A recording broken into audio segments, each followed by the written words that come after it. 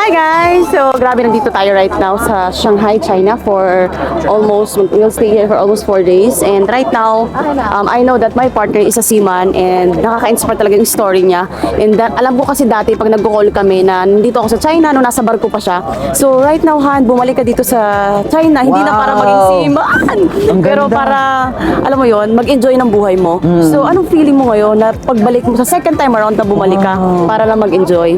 Ayan, so na-amaze lang ako sa lugar ngayon guys. Anyway, shoutout sa lahat ng mga seaman na nanonood ng video na to right now kasi isa din akong kagaya mo na seaman din. Last 2018 nakapunta tayo ng China. Pero that time for me to work, not to enjoy life. And ngayon nakabalik ulit ako dito sa China, not for me to work but to enjoy life. Parang the same siya na situation na andito kami ngayon sa cruise, lumulutang. Kumbaga nakikita ko yung view ng China, but this time around sobrang ibang-iba na siya kasi this time around nasa cruise na ako. Dati nasa barko, hindi pwedeng lumabas, walang time freedom, alam mo yun, malayo sa family.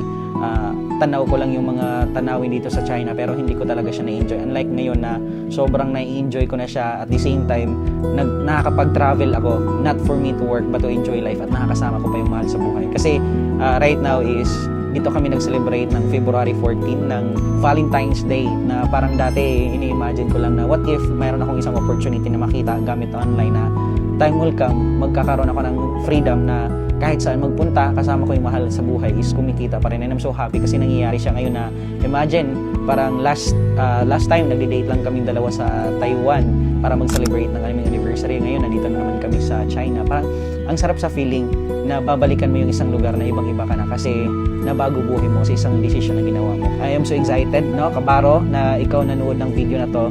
Ikaw naman yung makaka-experience nito na one day makakapag-travel ka, hindi para magtrabaho, kundi mag-enjoy sa buhay, kasama mo yung mahal mo sa buhay. Kaya this is your Mr. Intensity na isa ding kabaro, kagaya mo, and excited ako na makasama ka dito sa community natin, kabaro. Kaya welcome sa community natin.